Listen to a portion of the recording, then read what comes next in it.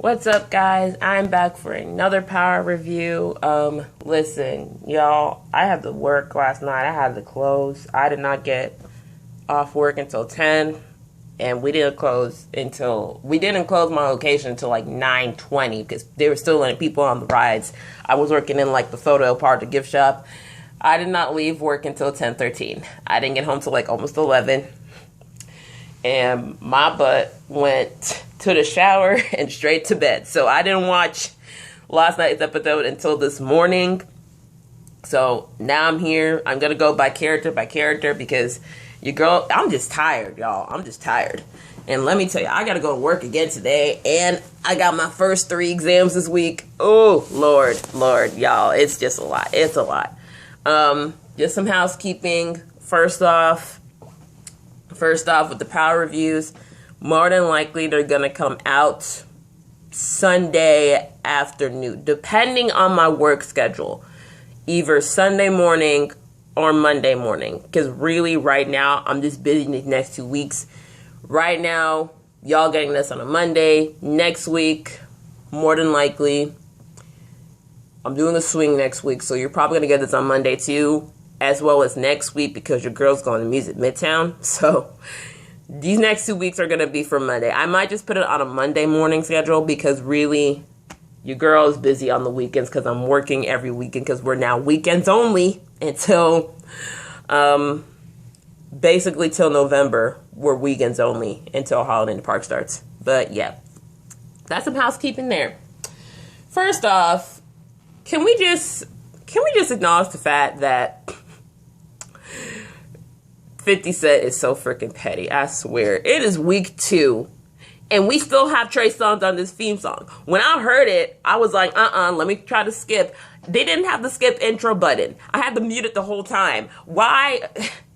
Y'all are so petty. Why would y'all know we mad about this theme song? Y'all know. Even Joe said so. Put him back on.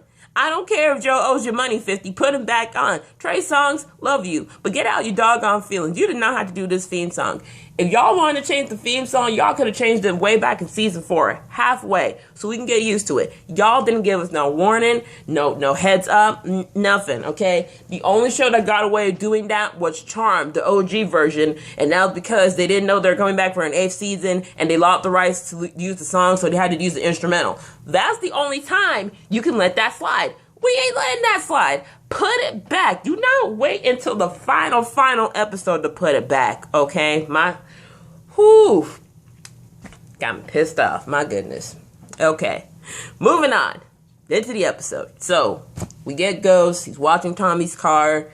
Basically getting pounded. And then he goes to see Jason.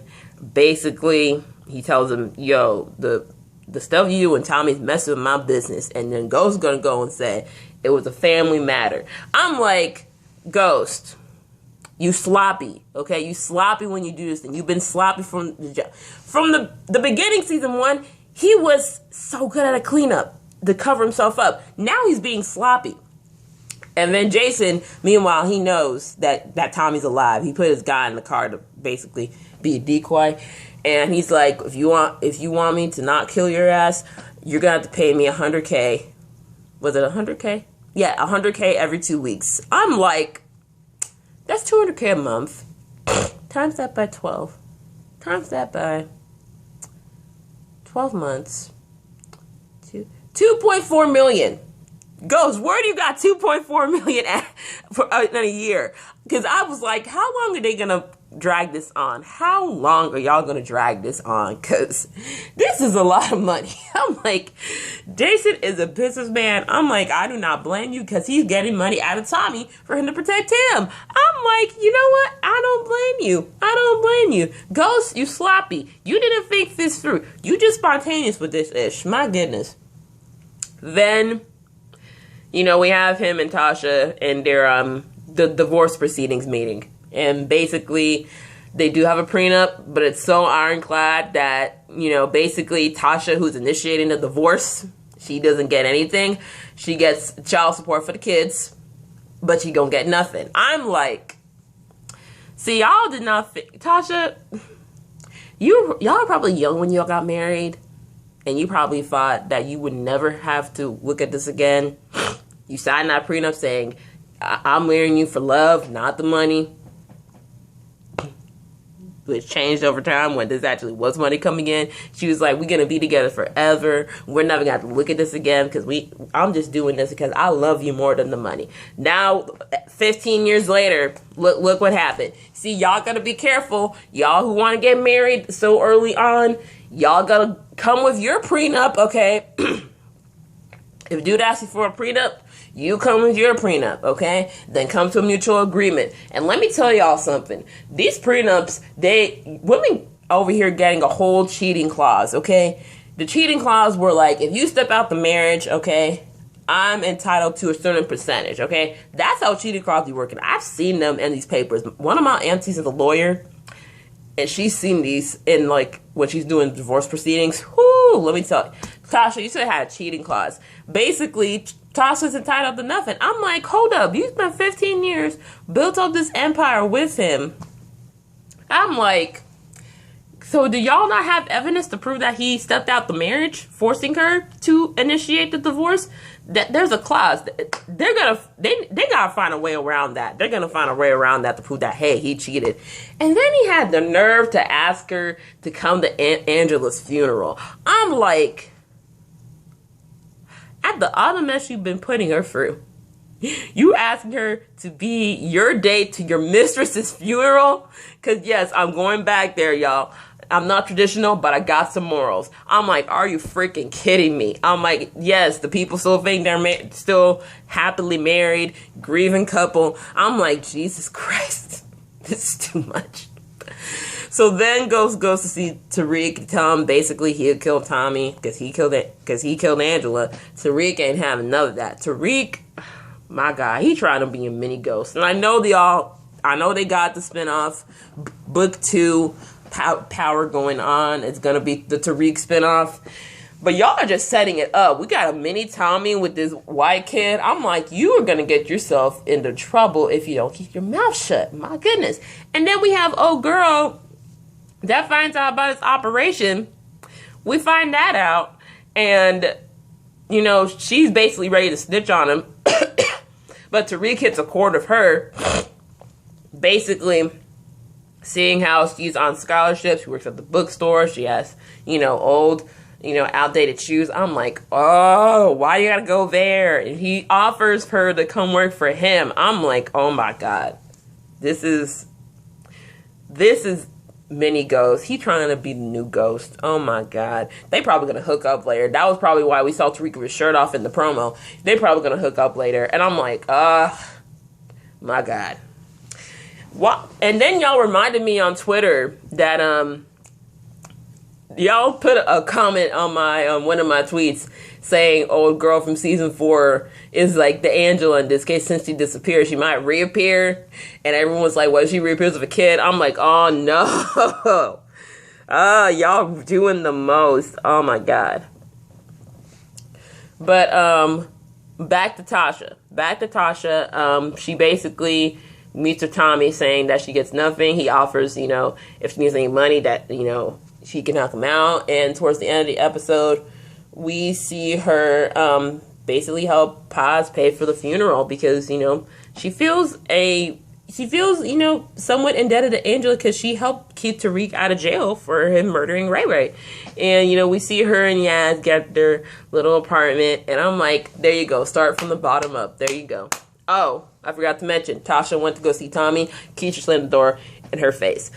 I need to see Tasha and Keisha fight because Keisha, she's trying to be the new Tasha. She's trying to be about bad life. She ain't bad about it. And she's going to get her ass killed by the mid-season finale because y'all know, I've caught this. The deaths in Power come in threes towards the end of every season. The last 3 episodes, we get a death in each one. I'm betting Keisha's one of them. Keisha is one of them because we got to kill off half the mains in this series. We only know half the mains are going to survive. So we know Tariq going to make it. We know Tasha's going to make it to an extent. Tommy and Ghost, one's going to be in jail, the other's going to be dead. And Ghost is going to be dead by the end of this. I already know. So, yeah.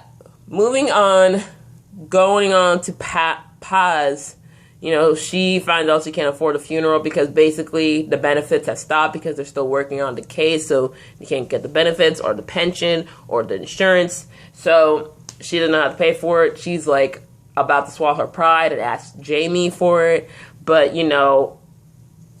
Tasha comes through and she takes the phone, and because basically Tasha was like, if you go to the cops, then they're going to find out Angel was working with us. Basically, her name's going to be tarnished and you're not going to get any benefits or pension. So Paz basically takes the phone, Angel's phone, and bears it with her. I'm like, why don't you just destroy the phone? Destroy the phone and not bury it with her. You know what? I ain't even going to ask. Y'all, you grieving, your sister dead, you probably not thinking in the right mind. Okay, back to the Justice Department. Proctor and his ex-wife. Listen, ex-wife, I did not know she was a lawyer too. I might have forgotten, but she knows how to manipulate. Basically, she offers to have Sachs put a bug on their daughter's backpack in order for her to get a recommendation so she can get a job. We see the custody hearing, and let me tell you, baby girl was crying. I'm like, this actress needs to get an Oscar or an Emmy, because she was acting like a whole abandoned child. Like, I don't want to go. Like, girl, ooh, Lord, baby girl. I remember those times. I remember this as a child of near divorce. I know how that feels. Ooh. Proctor looking at his daughters like, oh my goodness, I don't want to put her through this. We can do half. And the wife's like, so it got the smirk on her. I was like, don't be smiling too early. Proctor's family, they gangster. They're about that life. And so Ghost and Proctor, they have a scene where basically Proctor tries to talk him out of going to Angel's funeral. And I'm on Proctor's side. Proctor was me in this sense. You going to your mistress' funeral is the equivalent of the mistress going to your funeral while your family is grieving, okay? Because that does happen. That does happen, okay? Let me tell you, the amount of stories I got in the vault, ooh, let me tell you. Okay, so we get to Angel's funeral. Ghost and Tasha walk in. Hold up, I skipped over the whole Councilman Tate part. I skipped over Councilman Tate. Why did I do that? Y'all, I'm sorry, there's reviews everywhere. So we get Councilman Tate. Him and Ghost are going back and forth, and basically he tells Ghost, don't bring your mess into my operation. I'm like, Councilman Tate, okay, you a little hood. He switched that politician face and went to that black brother face. I'm like, hold up, my God, okay. And I'm like, looking at Lorenz Tate, I'm like, you've been aging backwards, bruh. Like, you have not aged one day. Because I watched this old movie on Netflix from the 90s. I'm like, you look like your whole 20s in there. And you almost 40. You look like you're 32, bro. What is going on? My God. But yeah, we have him with this little press conference in front of the neighborhood. Some guy calls him out. He's from Jamaica, Queens. He's like, what you gonna do for the community? Ghost idiot ass steps up and tries to vouch for him. And Tate was like, what are you doing? Do not mess this up. Then we see him in his office when I think it's with his campaign manager or somebody. Basically, he's like, I'm not gonna rat on you. He's like, no, you're not. And he gut punches him to the floor. I'm like, Tate! Damn! What? Damn! Y'all, Tate is not someone to be messed with, okay? I thought he was going to get himself into trouble, but you know what? He handles his own. He got his own operation on its own to do. Ooh, man. So back to the funeral. Tasha and Ghost walk in. And, they keep it quiet, and the whole department's there. Sachs annoying ass, I swear. And then the jaw dropper. Tommy walks in. He walks in. He goes to Paz and gives us the condolences. I'm like, you sick mother ducker. I swear. And then he says, Poppy. I'm like, no, don't be touching Poppy's shoulder. No, don't be touching Poppy's shoulder. No. Oh my God. Ghost is shook like he just saw a ghost. I'm like, that's what you get for getting sloppy. That's what you get for getting sloppy, Ghost. So then we get towards the end. We pan out to TV, and it's Dre's behind. He's been in witness protection this whole time. I thought we weren't going to see Dre till episode 3, and I was right. Because promo for next week, he's about to go on trial against the Jimenez. And let me tell you, baby, they coming for him. They're coming for him.